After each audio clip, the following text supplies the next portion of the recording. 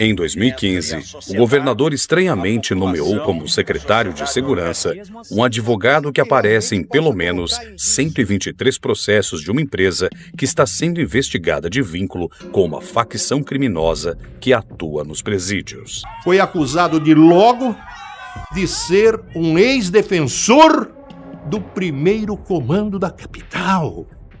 Como? Advogado do PCC e hoje é o titular da pasta da segurança. Isso é incompatível. O governador ficou maluco. Amigos, prestem atenção total neste vídeo. O que eu vou mostrar neste documentário vai mudar tudo o que você pensa sobre o governo do país. São informações reais, fatos e documentos que estão circulando na internet em público para que todos vejam. Olha, um estudo recém-publicado pela Universidade de Cambridge aponta que mais de 50 milhões de brasileiros, cerca de 26% da população, vivem em áreas onde facções criminosas impõem regras e exercem controle social. Já tô falando pra vocês, a mãe quem é? A mãe é o ministro Alexandre de Moraes. Ela manda e desmanda no primeiro comando da capital. Este documentário aponta nomes do STF, figuras poderosas do governo como Dino e Alexandre de Moraes, o PT e Lula, que supostamente teriam envolvimentos com o crime organizado. 88 facções de bandidos atuando em vários estados. Isso espalhou a violência e o medo no país. Facções criminosas disputam territórios em todo o Brasil. Essas quadrilhas são hoje o maior desafio das autoridades na área da segurança pública. Você vai ver o submundo da política de uma forma que nunca viu antes. Líder do PT diz que Moraes é um dos maiores heróis no momento. Aí a internet traz isso aqui, ó. Agora, presta atenção no que ele fala neste momento. Explicação como essa. Você sabe que esse Alexandre de Moraes tem uma folha. Ele foi secretário de Segurança de São Paulo. O seu maior feito foi transformar o PCC numa organização criminosa nacional com força em tudo que é estado do país. Você já parou para pensar o quanto pessoas influentes estão participando diretamente dessas organizações, de forma direta ou indireta? Essa pergunta nos assombra todos os dias e o que você vai ver aqui vai te deixar atordoado. Não é apenas o tráfico de drogas, né? O tráfico de drogas é apenas um braço dessas organizações. O comerciante foi morto a tiros após pagar a uma facção criminosa um valor abaixo da taxa exigida por eles para manter os negócios funcionando. Quem rouba um celular, coitadinho, foi só tomar uma cerveja. Pra quem rouba celular para vender, para ganhar um dinheirinho, depois vão tomar cerveja junto. Ah, aquele que foi pego com baseado, coitadinho, tava só fazendo isso. Como é que a gente vai tratar a questão de droga nesse país? Vai continuar tratando como se fosse um caso de polícia? A gente vai ver jovens, meninos, negros e meninas, você da periferia, porque é encontrada com baseado, é presa e fica 2 anos sem ter alguém para ir lá liberar essa criança? Antes de seguir nesse vídeo que vai impactar sua vida, vou deixar bem claro, não estamos fazendo nenhuma acusação direta ou indireta. O que você vai ver é uma profunda análise de documentos, relatos e fatos que estão circulando publicamente por toda a internet. Deu muito trabalho reunir tudo em um único vídeo. Meu objetivo é mostrar tudo e você tira suas próprias conclusões. Quando a pessoa fala do baile funk, ela não tá falando da cultura do funk, tá falando do baile, que pertence a uma facção. Foragidos da justiça e felizes.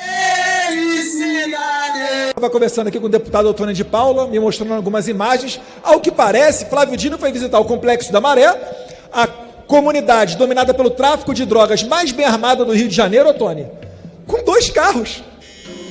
Ele chegou ali, prezado Abílio, com 2 carrinhos, ou seja, está tudo armado já com tráfico de drogas. Flávio Dino, ministro da Justiça, visitou o Complexo da Maré no Rio de Janeiro. Vamos observar aí as imagens. Não há nenhum esquema de segurança. Ele está num carro que é acompanhado por um outro veículo. Dino, a gente consegue verificar pelas imagens que Flávio Dino desce então do veículo no Complexo da Maré, no Rio de Janeiro. Esses vazamentos estão deixando muitos de colarinho branco em estado de alerta em Brasília, com reuniões sigilosas para tentar derrubar essas informações da internet. Eu tenho certeza que tem milionários aí em São Paulo que se apresentam como donos de comércio, que se apresentam como donos de casas de aposta. O judiciário não está preocupado com isso, o governo federal não está preocupado. Eles não falam sobre o assunto, fazem piada sobre o assunto. Tem muita coisa rolando devido a esses segredos intocados que estão sendo expostos. Vamos ligando os pontos, né? Que nem a gente fazia quando era criança, aquele desenho. Vamos ligando os pontos. O que a gente teve de declaração bombástica no ano passado foi o depoimento na Espanha do El Pollo, Hugo Carvalhal, que era ministro do Maduro na Venezuela e o responsável por distribuir o dinheiro do narcotráfico entre os partidos de esquerda do mundo, entre eles o PT. E o mais assustador, tem muita gente se perguntando, será que essas sanções no Brasil são somente por causa de Bolsonaro? Pasmem, é muito mais complexo do que você imagina. Essas informações estão vazando e indo direto para os Estados Unidos, e a coisa está mais séria do que você pensa. Não é de hoje que PT e PCC aparecem juntos no noticiário policial. O PT tinha um diálogo por nós cabuloso, mano. Assista até o final, pois você verá um dossiê completo sobre o PCC e grandes nomes que estão no comando do país. Tudo isso me deixou em choque. Antes de mostrar esse vídeo explosivo, preciso muito da sua ajuda para que o YouTube não deixe este conteúdo escondido. Precisamos que ele chegue ao maior número de pessoas possível. E para isso acontecer, é muito simples. Deixe o like, não custa absolutamente nada, comente no vídeo e assista até o final. Tudo isso faz com que o algoritmo levante este vídeo e entregue para mais pessoas. Compartilhe, inscreva-se no canal e não perca nenhum detalhe, pois você vai ficar chocado com essas informações.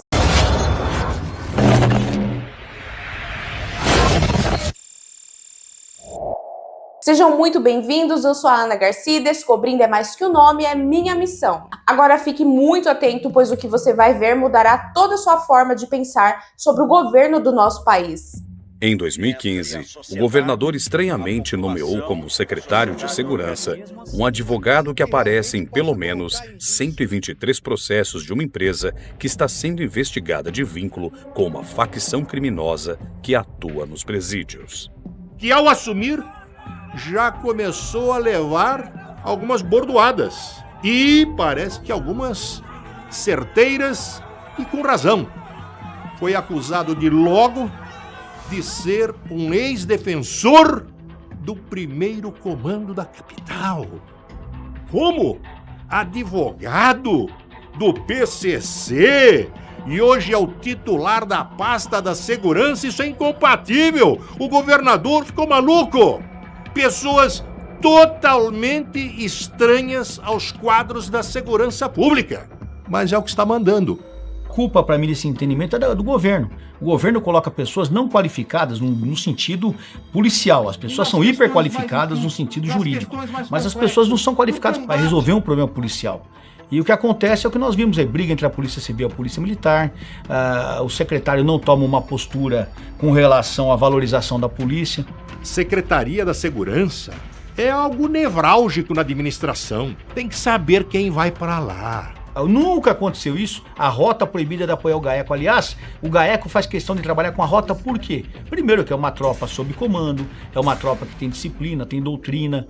A partir do momento que o secretário proibir isso, eu só posso entender que ele não quer combater o crime. Porque ele sabe que o resultado seria eficiente e eficaz. Se ele não quer a rota trabalhando, ele quer o crime agindo. Eu só posso entender isso. Agora, quando você proíbe a rota de trabalhar, o único que ganha é o crime. Como cidadão, eu sinto vergonha da postura de governo covarde, de secretários da segurança que não sabem absolutamente nada em relação à segurança pública. Essa classe política maldita que faz acordo com o crime e com o criminoso. A sinalização de que houve um arrefecimento no combate à facção criminosa. E eles também, não sendo incomodados na atividade principal dele, que é o tráfico, a gente pode dizer claramente que aí é um acordo tácito, né? Não precisa ser um acordo firmado, né, ostensivo. Mas se eu diminuo o combate ao crime organizado, o crime organizado se acomoda e não afronta o Estado. E ele se preocupa apenas com aquilo que lhe rende muito, que é o tráfico de armas e o tráfico de entorpecentes. Então houve realmente um arrefecimento do combate ao crime. E os bandidos se aproveitam pontualmente dessas coisas, assaltam num bairro, no outro, fazem arrastões. Aí Toca mandar uma tropa, reforçar o policiamento. E manda quem depois? Quando a coisa vai ficando num nível mais alto? Manda a rota. Onde existe a ausência do Estado, se cria um poder paralelo. Os caras enxergaram isso, né? Com o secretário, veio o novo comandante-geral, que tem pouca experiência no combate à criminalidade, por trabalhar a maior parte da sua carreira no grupamento aéreo. E com ele, várias mudanças na Polícia Militar, em especial na rota. Com todo respeito a esses integrantes das nossas gloriosas polícias, começaram a escolher os piores. Ou seja, aqueles que pouco tinham a dar à segurança, aqueles de colunas flexíveis, sim senhor, não senhor, aqueles carreiristas, oportunistas, então aqueles que melhor os servissem, sim senhor, é para fazer o quê? É para combater o companheiro, é para perseguir colegas, é com a gente mesmo. Então, escolheram para cargos altos na administração os chamados maçanetas.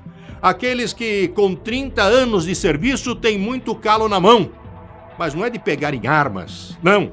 É de abrir e fechar portas de gabinetes. É um absurdo, é criminoso quando o comando transfere policiais para a ocorrência. É só na Polícia Militar de São Paulo que acontece isso. O policial ser punido por estar trabalhando. Porque a transferência na rota é uma punição. É uma punição, sim.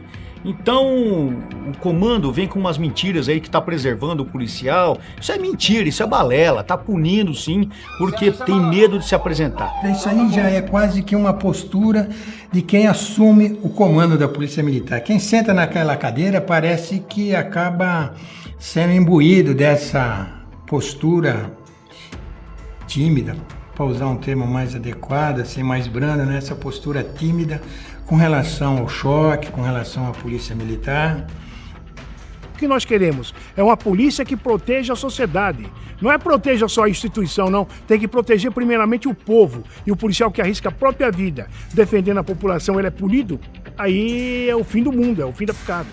E tem outra atitude que eu acho absolutamente criminosa com relação à polícia militar, ou essa decisão, né, absurda, catastrófica do comando da polícia militar, que determina que o integrante do policiamento, não só da rota, que tiver nos últimos 5 anos 3 ocorrências com letalidade, ele é afastado das suas funções. Isso é um serviço que se presta à população de São Paulo, com um discurso falso que se baixou a letalidade, mas se aumentou a criminalidade. Agora, aumenta a criminalidade e os números são manipulados, nós todos sabemos disso. E para inibir ainda mais a ação da Polícia Militar, o Comando Geral está obrigando os policiais a fazerem a chamada visita monitorada. O policial é obrigado a visitar o presídio Romão Gomes e participar de palestras com detentos que vão cumprir muitos anos de prisão, por terem participado de ocorrências de confronto em que algo deu errado. Nessas palestras, os detentos mostram que não vale a pena enfrentar criminosos e defender a sociedade, porque se isso acontecer, ele vai ser preso. E além disso, ele é obrigado a visitar colegas que ainda não foram condenados, mas que estão atrás das grades, com uniforme de presidiário e sem poder se comunicar.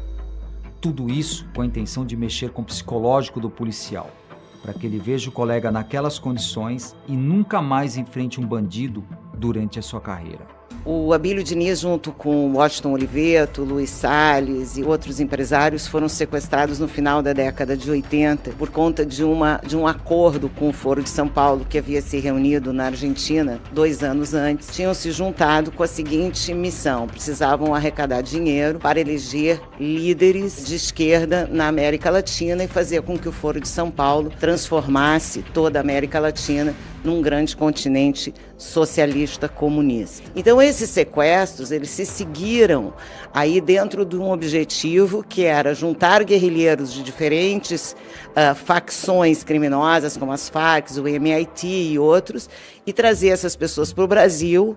Eles vieram, inclusive, na condição de anistiados, olha que interessante, entraram no Brasil como anistiados, cometeram esses crimes, porque todos esses sequestros tinham a ver com essas mesmas pessoas que o Lula chama de meninos e tinha como objetivo levantar recursos, entre outras coisas, para a campanha do Lula para presidente naquele ano, junto com o Fernando Collor. O que acontece é que o plano deu errado. Antes dos 30 milhões do Abílio Diniz chegarem na conta dos guerrilheiros, a polícia, por uma série de falhas dos próprios sequestradores, acabou chegando ao cativeiro e estourando o cativeiro um pouquinho antes da eleição. Quando a polícia estoura o cativeiro, e essa foto está disponível em todos os canais da internet, além de muitas armas, né, para quem é desarmamentista, muitas armas, ainda acha um farto material de campanha do Lula para presidente pelo PT. Ele acaba perdendo para o Fernando Collor e disse que não, que aquele material de campanha foi plantado ali, o PT não tinha nada a ver com aquele sequestro, imagina, aquele material estava ali porque foi plantado pela polícia, não é que ele falou que botou até a camiseta do PT no sequestrador e tal. Ok, anos se passaram e em 98, 10 anos depois, ele foi lá pedir para que esses sequestradores fossem soltos. E agora, anteontem, declarou isso como se tivesse sido um feito à democracia. Bom, há quem diga que essa prisão desse grupo guerrilheiro foi o que dentro da cadeia, por 10 anos, mobilizou o Marcola e criou o primeiro comando da capital, ou seja, o PCC. Então esse comando armado que tinha esse objetivo de sequestrar invadiu as nossas penitenciárias. Então assim, a gente começa a perceber que essas movimentações dessas guerrilhas, das Farc, do MIT, de todos esses movimentos guerrilheiros, revolucionários ligados ao Foro de São Paulo também estão ligados de alguma forma à esquerda aqui no Brasil e ao PCC, que foi o assunto da semana passada, porque afinal de contas o contador do Lula e o contador do PCC são a mesma pessoa. Sejam muito bem-vindos a um Boletim Coppola sobre a interlocução privilegiada entre o Partido dos Trabalhadores, o PT, e o primeiro comando da capital, o PCC. Essas duas grandes organizações, fundadas aqui em São Paulo e repletas de criminosos nos seus quadros, se notabilizaram pela prática delituosa em escala industrial, envolvendo aí cifras multimilionárias. Mas além da sua atuação ilegal e do seu local de nascimento, parece haver muito mais em comum entre o PT e o PCC.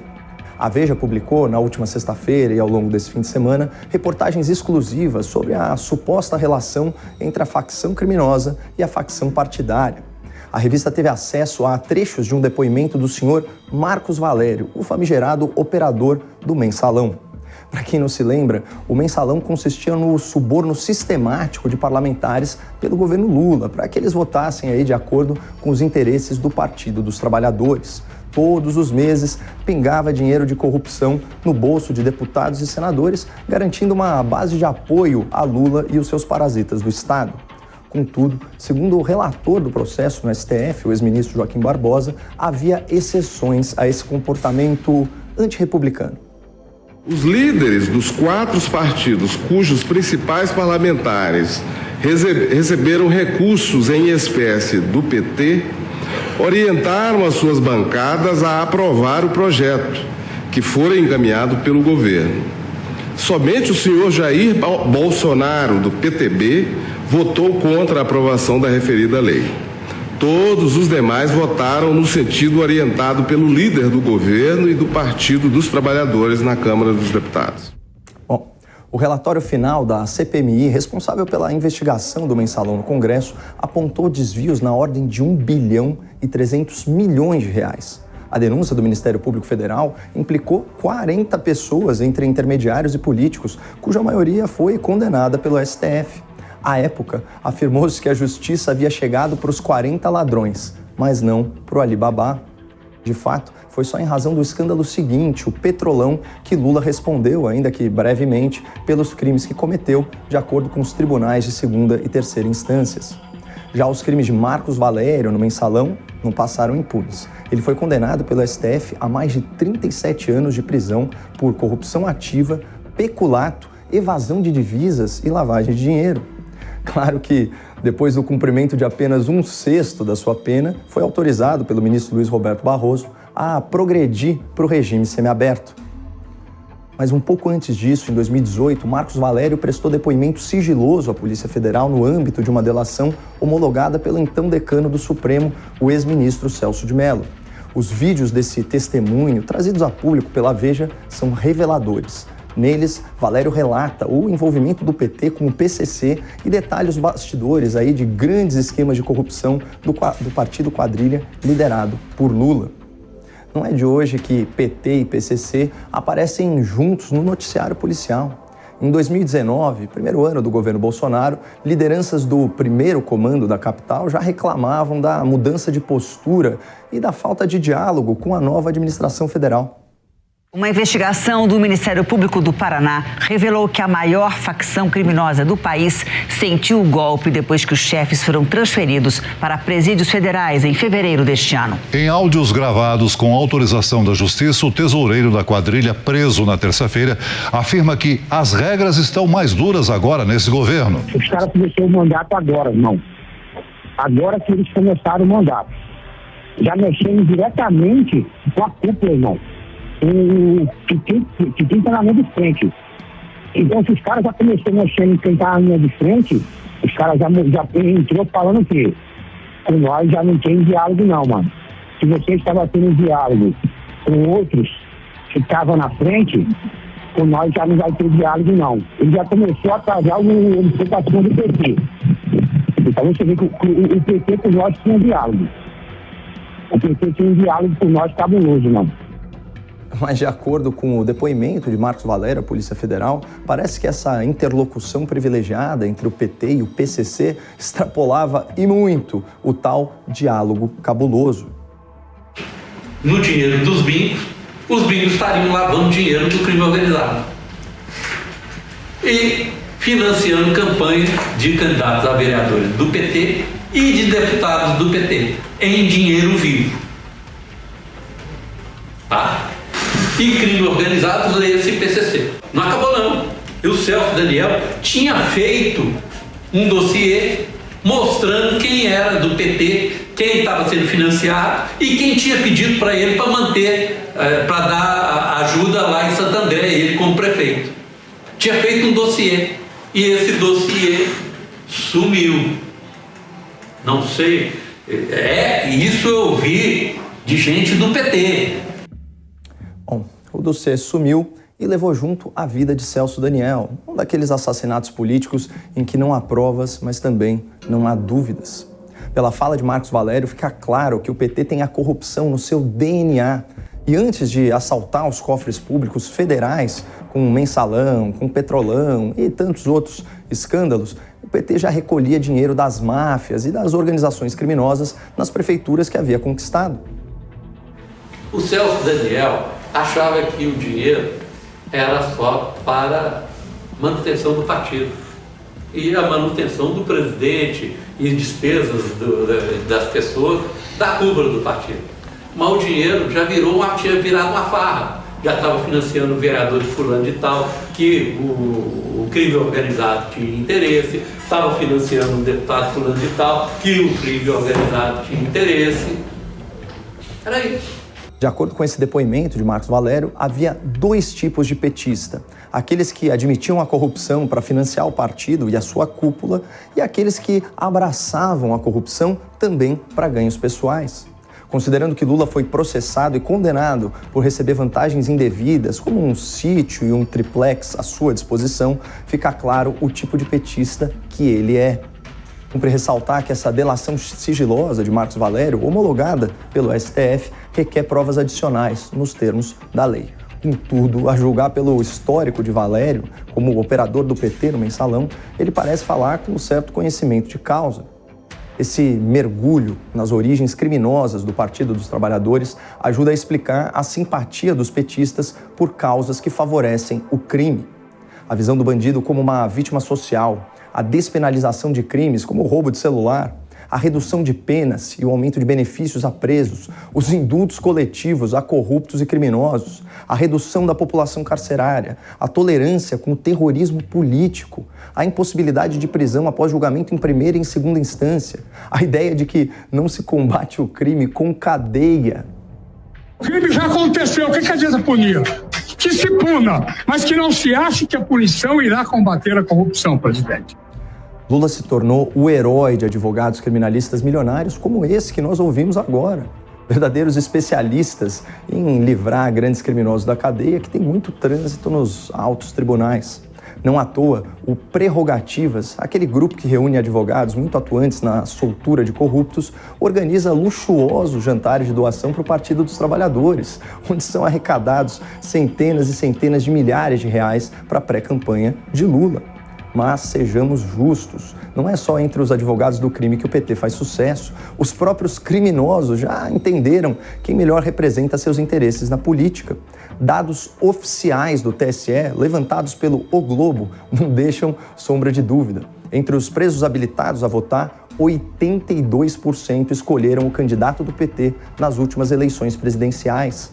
Em estados dominados por facções criminosas, os petistas são praticamente uma unanimidade entre os delinquentes. Para ficar em um exemplo, mais de 98% dos presos do Ceará votaram no PT em 2018. Ou seja, não é apenas um diálogo cabuloso que existe entre a criminalidade e o Partido dos Trabalhadores. Lula também pode esperar uma votação cabulosa nos presídios. Ainda bem que existem mais trabalhadores do que bandidos no país. Vamos ligando os pontos, né? Que nem a gente fazia quando era criança, aquele desenho. Vamos ligando os pontos. O que a gente teve de declaração bombástica no ano passado foi o depoimento na Espanha do El Pollo, Hugo Carvalhal, que era ministro do Maduro na Venezuela e o responsável por distribuir o dinheiro do narcotráfico entre os partidos de esquerda do mundo, entre eles o PT, a Cristina Kirchner na Argentina, o Podemos da Espanha e muitos outros. Então a gente já sabe que o narcotráfico patrocina os partidos de esquerda no mundo. Isso é um fato. A gente também sabe que as ditaduras socialistas são narcoditaduras, ou seja, tem narcotraficante por trás do Maduro. Ninguém tem dúvida disso mais. Então, assim, essa proximidade imensa desse contador do Lula com o PCC não devia causar espanto a nenhum de nós. Afinal, vamos de novo. O Alexandre de Moraes já foi secretário de Segurança Pública de São Paulo, a cidade de São Paulo, quando o Kassab era prefeito. Nessa época também teve um escândalo envolvendo empresas de ônibus ligadas ao PCC. A mesma coisa que aconteceu agora com essa empresa que tem esse contrato com a Prefeitura de São Paulo e também está ligada ao PCC. Portanto, isso não é novidade. Estamos falando aí de empresas de ônibus e PCC em São Paulo por mais de 20 anos. Eu acho só que estava demorando um pouco para isso estourar. A gente tem esse contador, também foi o responsável, você aí, que como eu gostava muito da Varig, foi um dos responsáveis, junto ao Roberto Teixeira, a fazer aquela grande sacanagem que acabou com a Varig e que trouxe para o Ricardo Teixeira, que é o advogado do Lula, sogro do Zanin, trouxe para ele 5 milhões de propina para ele acabar com a Varig, que também foi assunto bastante debatido na época do governo Lula, que fez essa gentileza de acabar com a Varig. O que mais a gente tem? A gente tem o Fachin, né? A gente tem o Fachin que proibiu a polícia de entrar nos morros do Rio de Janeiro. Isso parece que privilegia a quem? Ao cidadão carioca ou ao traficante? Esse mesmo Fachin foi quem soltou o Lula. Ele soltou o Lula no final dizendo que o CEP, veja bem, do processo estava errado, apesar dele ter sido condenado em 13 instâncias. Também é piada. E para completar, a gente teve aquela soltura do André do RAP pelo Supremo Tribunal Federal no ano de 2021. Então, assim, parece que ligando os pontos, existem conexões profundas aí, ligando essas coisas que hoje estão destruindo a nossa democracia. Porque ninguém vai me dizer que soltar o Lula construiu democracia. Soltar um bandido e permitir que ele concorra à presidência do Brasil é um absurdo. Estava conversando aqui com o deputado Antônio de Paula, me mostrando algumas imagens. Ao que parece, Flávio Dino foi visitar o Complexo da Maré, a comunidade dominada pelo tráfico de drogas mais bem armada do Rio de Janeiro, Tony, com 2 carros. Ele chegou ali, prezado Abílio, com 2 carrinhos, ou seja, tá tudo armado já com tráfico de drogas. Galera do CPX tá, ó, pode chegar que tá na boa. E será que ele vai lá pedir o recadastramento das armas do vagabundo? Não. ele vai lá dar a segurança. Olha, eu quero casar um dinheiro aqui com o pessoal do PT, que vai chegar, ou do PSOL também, que vai chegar final do ano, a gente vai ter muito mais homicídios do que a média durante o governo Bolsonaro. Para finalizar, presidente, 30 segundos. Pelo simples, razoável de que o bandido, pensando que possa haver uma arma naquela casa ou naquele carro, ele tem o que a gente chama, né, o ímpeto de suas horas dele é reduzido para cometer o seu crime, porque ele é um agente que pensa antes de cometer o seu crime. Então, infelizmente, vai ser mais desarmamento, mais desencarceramento, tráfico de drogas à vontade. Quem vai pagar, infelizmente, seremos todos nós. Flávio Dino, ministro da Justiça, visitou o Complexo da Maré, no Rio de Janeiro. Vamos observar aí as imagens. Não há nenhum esquema de segurança. Ele está num carro que é acompanhado por um outro veículo. Dino, a gente consegue verificar pelas imagens que Flávio Dino desce então do veículo no Complexo da Maré, no Rio de Janeiro. Silvia, alguns veículos de comunicação já noticiaram aí que ele estaria participando de um evento com lideranças comunitárias. Mas pergunto, não é normal o ministro entrar num complexo de favelas aí sem nenhum tipo de proteção? Como é que você enxerga aí essa imagem do ministro Flávio Dino entrando no Complexo da Maré, no Rio de Janeiro? Não, verdade, você bem lembrou. A assessoria de imprensa do ministro Flávio Dino, do governo Lula, nas redações, já entrou em ação, já publicou, inclusive, contra o próprio deputado Eduardo Bolsonaro, de que ele cometeu fake news, de que não há crime organizado nesses morros. Paula, ninguém entra no Complexo da Maré, nem em nenhuma das grandes favelas do Rio de Janeiro, sem escolta ou sem que o jogo fosse muito bem combinado. Isso a gente tem que dizer as coisas como elas são. Você não entra dessa forma. A gente pode até mostrar mais uma vez as imagens, porque o pessoal no chat pediu muito para que a gente falasse sobre esse assunto. É Trending Topics no Twitter neste momento.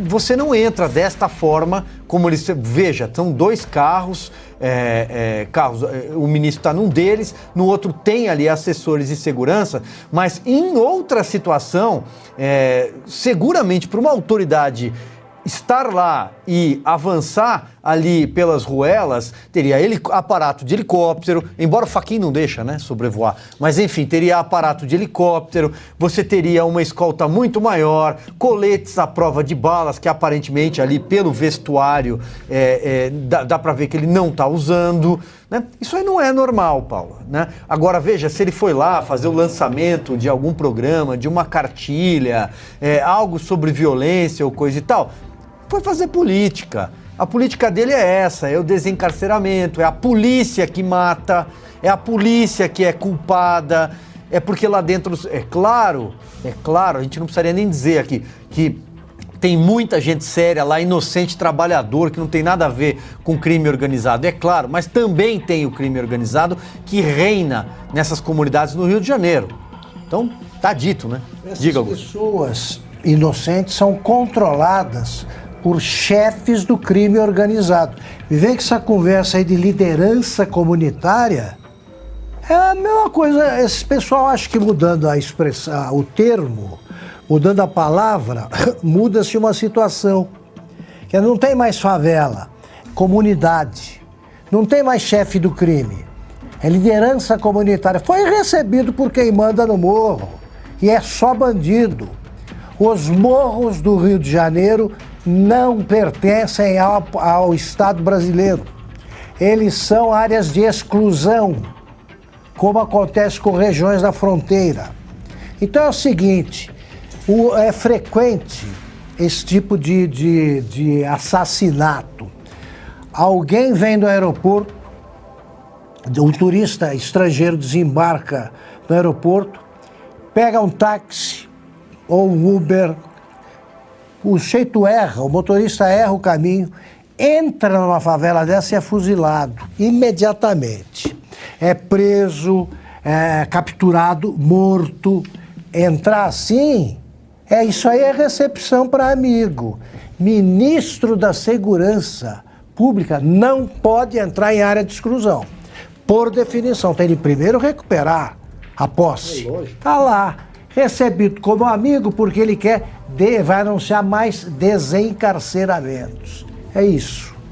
Cris, nós que somos jornalistas, quando a gente vai entrevistar, né, um integrante do governo, a gente sabe o esquema de segurança que é para a gente conseguir entrevistar alguém do governo, enfim, vem um esquema gigantesco de segurança junto, né, com o entrevistado, e chama atenção aí a forma como ele chega tranquilamente aí em 2 carros na comunidade, no Complexo da Maré aí. Chama muito a atenção, assim como chamou, Paula, durante a campanha, aquele comício do então candidato Lula lá no Complexo do Alemão, com um monte de cupincha, aqueles bonés, né, que depois a gente descobriu, e aí o Augusto estava falando das nomenclaturas, né, não é mais criminoso, não é mais, não, eles são todos cupinchas, nem companheirada mais eles são todos cupinchas mesmo. Olha, eu fui repórter no Rio de Janeiro durante 4 anos, isso foi final dos anos 90, já era perigosíssimo, e era tão perigoso que o Michael Jackson esteve no Rio de Janeiro naquela época para gravar um clipe, se não me engano foi no Morro Dona Marta, ali em Botafogo, e precisou, o Spike Lee, que era o produtor do clipe, precisou negociar com os traficantes do Dona Marta para que fosse gravado o clipe lá. E eu, como repórter, cansei de receber orientação de chefia de reportagem para não entrar em morro nenhum sem estar junto com a polícia. As poucas vezes que a gente subiu o morro, eu e cinegrafista junto comigo, seguindo a polícia, tinha tiro comendo para tudo que é lado, e era a polícia que ia nos dizendo aonde a gente podia ficar em segurança, tinha que se proteger mesmo. A única vez que um chefe de reportagem nos mandou para um morro foi naquele ali perto da Sapucaí, esqueci o nome agora, Catumbi. A gente estava subindo, chegou no pé do morro, os traficantes tinham dado ordem para os comerciantes fecharem a rua principal, porque ia ter um velório de algum traficante que foi morto numa troca de tiros com outro grupo rival, não com a polícia, e nos pediram para ir fazer essa cobertura do comércio fechado ali no pé do morro. Simplesmente nós vimos 4 fuzis apontados para o carro de reportagem. A gente parou no pé do morro, olhou, e nas primeiras casinhas assim que a gente via já tinha 4 fuzis apontados para nós. Então não é brincadeira não. Vocês mencionaram aí a população, o Silvio mencionou a população, a imensa maioria, a população de bem que mora aí, eles são subjugados por esses traficantes. Eles são obrigados a fechar comércio, a não ir para aula, a não ir para o trabalho quando eles querem mostrar força ali perante a polícia. E aí vem o ministro da Justiça, né, cupinchas, todos ali por perto, todos bem recebidos. Realmente a gente tem que escancarar isso, porque hipocrisia é o que não falta nesse desgoverno aí.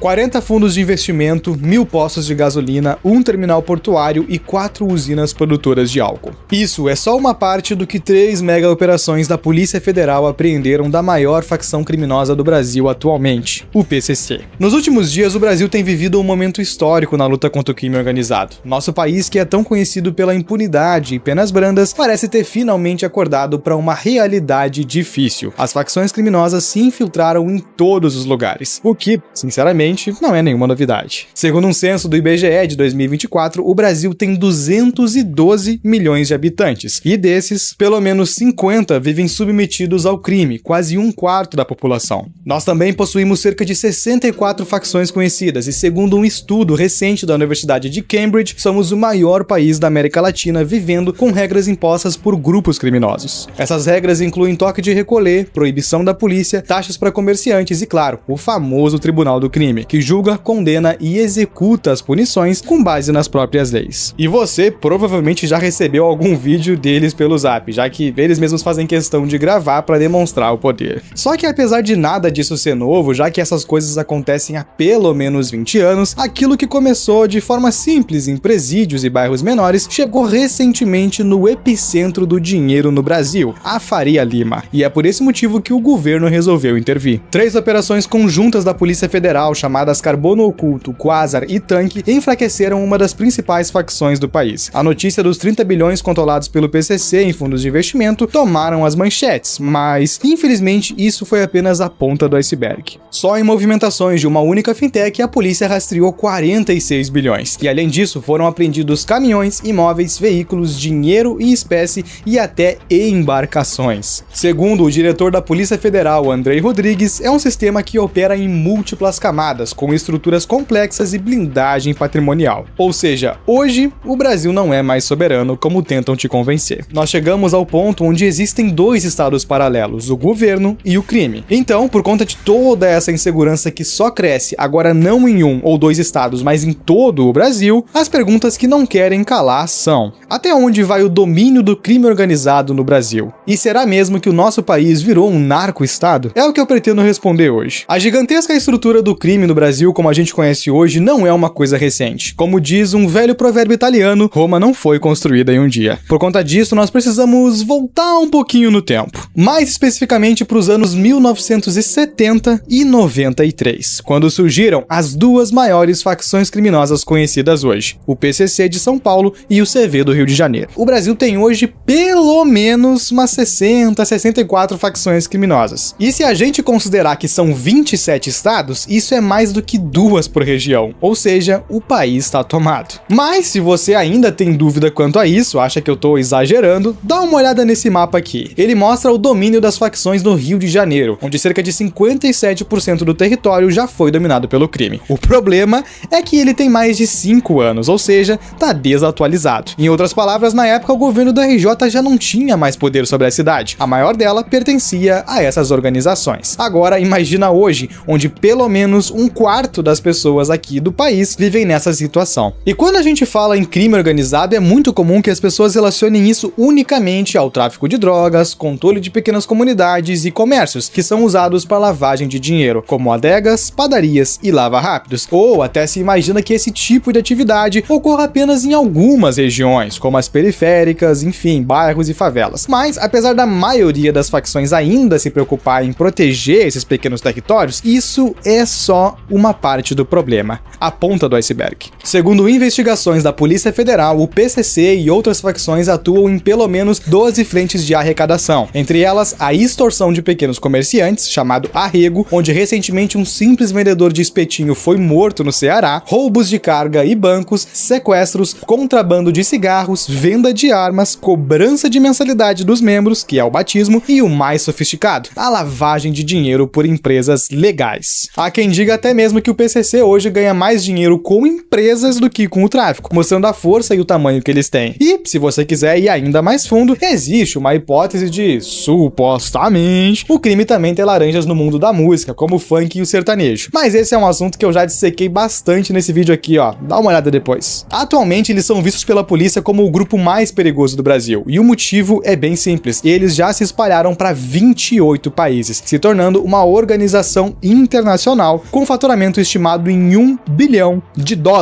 por ano, quase 6 bilhões de reais. Em 2024, o jornal El País publicou uma matéria revelando que eles têm acordos até mesmo com cartéis do México e que utilizam contas bancárias nos Estados Unidos, Dubai, China e Paraguai. Isso significa que o dinheiro que circula por aqui é só uma fatia do bolo. Enquanto a gente pensa que o problema maior são os assaltos e as extorsões, os lucros desse sistema circulam pelo mundo todo. Eles se tornaram tão grandes que o próprio Donald Trump fez um pedido ao Brasil para que classificasse eles e outros grupos criminosos como organizações terroristas, o que na prática ajudaria muito no combate, muito mesmo. Porque, de forma resumida, a coisa funciona assim. Enquanto uma facção criminosa é considerada apenas uma gangue que comete pequenos crimes, somente a polícia pode combatê-los, eles têm direito a advogados e processos judiciais como qualquer outro cidadão, e nós sabemos que aqui no Brasil funciona, que é uma maravilha, não podem ser desvividos de forma preventiva, ou seja, se um policial vê um cara de guarda-chuva na rua, ele não pode fazer nada, além de dizer: ei cara, isso é errado, me acompanha até a delegacia, por favor. E o cara obviamente vai obedecer, e não é permitido operações fora do país. Isso significa que as autoridades brasileiras não podem fazer nada quando alguma facção do Brasil cruza a fronteira. Pois é, enquanto o crime pode ter armamento militar, domínio de territórios e até criar estados paralelos, a gente só pode combater isso com um pracinha usando pistola, que não tem nem mesmo autorização para atirar antes de ser atacado, com risco de responder um processo. Este país aqui, você não consegue tancar o bostil. Agora, se todas elas fossem consideradas grupos terroristas, o cenário muda bastante. Vários órgãos como o Exército, Polícia Federal e Inteligência podem combater. O Código Penal é substituído por leis antiterrorismo, o uso de força letal preventiva é permitido, então, se um cara foi visto com guarda-chuva na rua é vala, e não adianta cruzar a fronteira. Inclusive, pode ser até pior porque outros países vão se envolver. E o melhor exemplo da eficiência dessa medida foi do próprio Estados Unidos, onde recentemente um grupo chamado Trem de Aragua da Venezuela foi rotulado como terroristas e o exército americano simplesmente jogou um míssil em cima de um barco deles. Simples e rápido, sem complicações. Na prática, isso gera medo nos criminosos por saberem que podem ser mortos a qualquer momento e não estão garantidos pela Constituição. Porque quando um grupo é visto como terrorista, isso significa que ele ameaça a soberania nacional. É como se os seus membros tivessem rejeitado o país e criado um território próprio, com as suas leis, estatutos e áreas, exatamente como o Brasil vive hoje. Nesse caso, o governo poderia intervir em favelas e locais dominados com força máxima, seja usando mandados de prisão ou, se houver resistência, passaportes grátis dessa pra melhor. E sabendo que isso seria uma excelente medida contra o crime, o que você acha que o Brasil respondeu? Muito obrigado, Sr. Trump.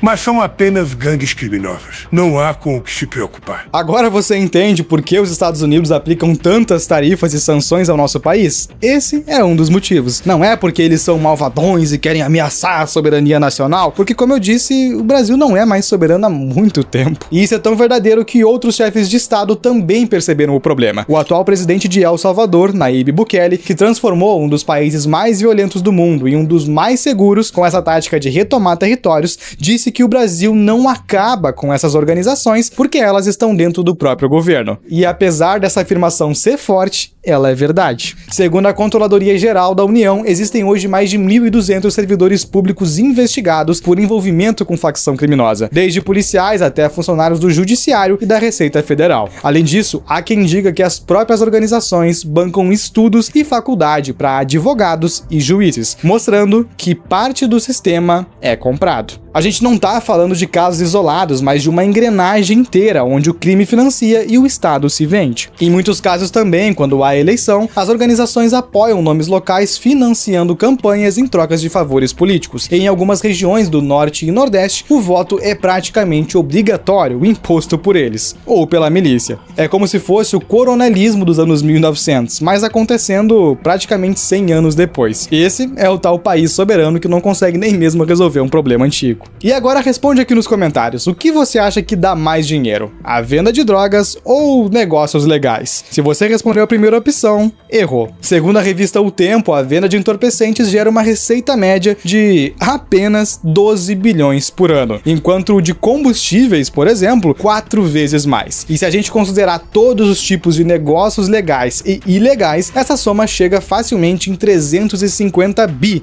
E na prática, isso significa que se o governo acabasse com toda a venda de drogas no território brasileiro, isso representaria menos de 5% do faturamento do crime. Hoje em dia, as facções estão infiltradas em todo tipo de negócio, desde postos de gasolina e comércios físicos até fintechs digitais. Um dos exemplos mais conhecidos são os provedores de internet e TV a cabo, em comunidades que não entram outras empresas. Aplicativos de mototáxi, transporte privado que obrigam os motoristas a operar somente por meio deles, e por aí vai, mercado, bar, salão de beleza, é infinito. Em alguns bairros de Belém e Salvador, literalmente tudo que funciona tem alguma ligação com eles, seja por propriedade direta das facções ou porque pagam arrego para operar. E o mais chocante, algumas se infiltraram até no setor de delivery, onde parte das entregas em aplicativos como o iFood são usadas para movimentação de drogas, armas ou dinheiro, confirmado pelo próprio CEO da empresa. Dessa forma, o crime entendeu que dominar os territórios não é mais suficiente, eles querem toda a estrutura. E por isso fica cada vez mais difícil entender onde está a linha que separa o domínio da facção do governo. E foi exatamente essas questões que causaram tanto alvoroço nas últimas semanas, porque um único grupo que começou pequeno anos atrás se tornou praticamente um estado próprio, infiltrado em todos os lugares possíveis. E lembrando, a gente está falando de apenas um grupo, imagina todos os outros. Dessa forma, o Brasil hoje vive um paradoxo. É um país onde o crime se tornou um grande problema, ao mesmo tempo que é quase impossível resolver sem prejudicar vidas inocentes, se é que é possível resolver. Assim como a polícia não pode invadir um baile funk por ser cheio de morador, eles também não conseguem fechar todas as empresas de fachada, porque isso prejudica milhões de famílias. Então, seja pela ausência do Estado ou pela corrupção, milhares de brasileiros vivem hoje em um país onde quem manda não são os políticos de Brasília, mas as facções. Então, a pergunta final que fica é: o Brasil se tornou um narco-estado? Eu vou deixar para vocês responderem aqui embaixo nos comentários. Minha Nossa Senhora. Venha comigo porque agora a gente vai fazer uma pequena jornada por mais potencialmente um dos piores escândalos que já aconteceu no nosso país. E olha que nós estamos falando do Brasil, um país de escândalos semanais. Só que esse escândalo, ele é gigantesco. Ele envolve PT, Rede Globo, institutos de pesquisa e até mesmo, acredite ou não, facções criminosas. Então vamos lá. 2 coisas impressionantes aconteceram hoje. Uma, a Polícia Federal fez uma ação, uma busca e apreensão para investigar corrupção. Gente, o que está acontecendo? A Polícia Federal está se rebelando contra o governo? Será que o Andrei, diretor-geral da Polícia Federal, está perdendo as rédeas da instituição? Porque nós não víamos isso há muito tempo. A Polícia Federal indo lutar contra esquemas de corrupção e lavagem de dinheiro do PCC. Cara, vamos lá. Essa foi a primeira surpresa. A segunda surpresa é o escândalo em si. Primeiro, vamos contextualizar a situação que o Brasil está para você entender a magnitude disso. Isso aqui saiu recentemente. O Brasil tem 26% da população vivendo sob regras de facções, maior índice da América Latina. O Brasil virou um narco-estado. Tá? O PCC, o Comando Vermelho, eles dominam o nosso país. Já viram várias matérias mostrando que o PCC tem advogado, tem juiz, tem prefeito, tem deputado estadual, federal, vereador, possivelmente governador e tem também até mesmo gente na alta cúpula do nosso judiciário. Em todos os lugares que você possa imaginar, o PCC e o Comando Vermelho já colocaram pessoas ali. Porque o PCC não é apenas aquele grupo de tráfico, não. É uma organização gigantesca que movimenta bilhões e bilhões de reais por ano. Bom, fato contextualizado, vamos para a próxima. Hoje, a Polícia Federal fez a seguinte ação. O Ministério Público identificou importação irregular de metanol pelo PCC para adulterar combustíveis. O setor vê impacto em mais de 2.500 postos. Interessante essa questão da adulteração dos combustíveis que está acontecendo pelo PCC, ou seja, lembra da Lava Jato? Começou nos postos. Parece que agora existe um novo esquema criminoso que também envolve postos, porque os postos são ambientes muito bons para se lavar dinheiro e fazer crime, né? Aparentemente. Vamos para a próxima parte, vamos crescendo aqui, tá? Olha isso aqui. PCC usava empresas para lavagem de dinheiro, conheça as investigadas. Então a Polícia Federal hoje fez uma série de buscas e apreensões na Faria Lima, ali em São Paulo. Olha, Faria Lima, hein? Os Faria Limers, aqueles que fizeram campanha pro Lula, lembra? Que ninguém nunca conseguiu entender, né? Como é que empresas de investimento vão apoiar um cara que eles sabem que vai quebrar o Brasil? Talvez, se essas empresas fossem comandadas pelo PCC, tudo começa a fazer sentido. Afinal de contas, o PCC e o Comando Vermelho tinham diálogos cabulosos com Lula e regiões dominadas por facções criminosas sempre foi proibido fazer campanha para Bolsonaro. Nós lembramos aí das imagens de pessoas sendo executadas, espancadas, porque elas estavam fazendo campanha para Bolsonaro nessas regiões dominadas por facções criminosas. Beleza. Agora vamos chegar na cerejinha do bolo, que é essa daqui. Vamos lá. REAG, Genial, Trustee, veja as instituições do mercado que são alvo da Polícia Federal. Genial. Genial. Isso te lembra de alguma coisa? E se eu falar Genial Quest? Lembra daquelas pesquisas da Quest financiadas pela Genial? Pois é, aquelas que são sempre divulgadas pela Globo. Parece que a empresa que financiava pesquisas que sempre favorecia o Lula é uma empresa que lava dinheiro pro PCC. Isso aqui é tão absurdo, gente. Meu Deus do céu. Calma que tem mais. Vamos pegar essa parte aqui, ó.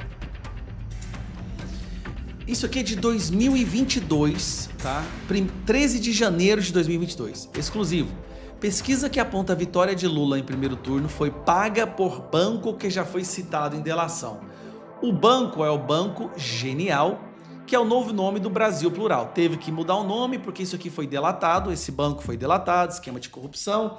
Então, para melhorar a sua imagem, o banco mudou o nome de Banco Plural, porque já estava caído em corrupção lá, esquema, em 2017, mudou o nome para Banco Genial, que pagou R$260 mil por pesquisas que apontam a vitória do Lula. Na época, colocou o Lula na frente de todo mundo, mas o Lula não podia sair nas ruas. Lembre-se disso. Uma coisa que o Brasil precisa, gente, é de uma CPI ou CPMI dos institutos de pesquisa. Não se esqueça, o que esses institutos fizeram nas eleições passadas foi criminoso. Pois bem, dito isso, Essas pesquisas, genial, elas sempre colocavam o Bolsonaro atrás, Lula na frente, que tá todo mundo amando Lula, e a gente já conhece. Essas pesquisas são sempre divulgadas pela Globo. Então, vou te explicar agora o que acontece.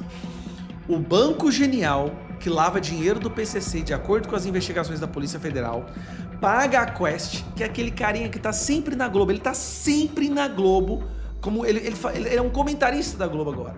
Paga a Quest, que faz pesquisas que sempre favorecem o Lula. Que inclusive o banco lá atrás teve que mudar de nome por delações premiadas porque estava envolvido em esquema de corrupção. Você tá entendendo a escadinha aqui? Banco lava dinheiro do PCC, paga um instituto de pesquisa que coloca o Lula na frente e a Globo vai lá e divulga. Inclusive o diretor lá da Quest tá sempre ali dando entrevistas na Rede Globo. Não tem uma vez, ó. Cara, se eu puxar aqui, ó, cadê ele? Aqui, ó. Olha o desgramento aqui. Esse carinha aqui, ó. Ele tá sempre dando entrevistas, sempre aqui, ó, na Globo. Ele virou um comentarista da Globo, praticamente. O cara sinceramente, é um comentarista da Globo. Tá ele aqui de novo. É uma coisinha fofa, né? Então, pra resumir, vamos fechar? De acordo com as ações da Polícia Federal hoje, o PCC financia pesquisas que favorecem o Lula e são divulgadas na Globo. Mais uma vez a ligação entre o PCC, o PT e a Rede Globo. E aí a gente volta para cá. 50 milhões de brasileiros vivem sobre os tentáculos de facções criminosas.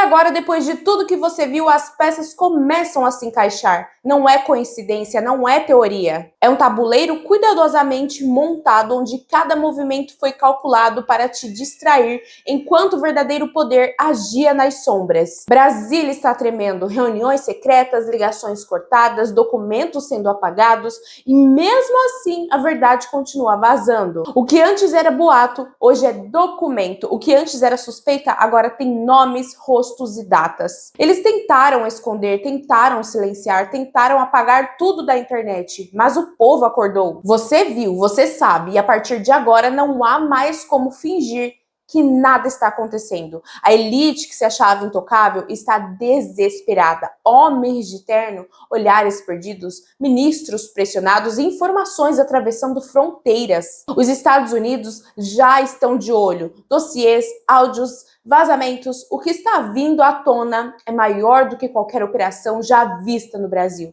O país inteiro está prestes a assistir o início de uma virada histórica. E quando tudo for revelado, quando as máscaras caírem, não haverá mais como voltar atrás. O sistema está em colapso e você, que ficou até o final deste vídeo, agora faz parte dessa história. Compartilhe este vídeo antes que tirem ele do ar, porque quando essa bomba explodir, o mundo vai saber o que realmente aconteceu por trás das cortinas do poder. A contagem regressiva já começou. O Brasil vai parar e ninguém poderá dizer que não foi avisado. A verdade sempre encontra um jeito de aparecer.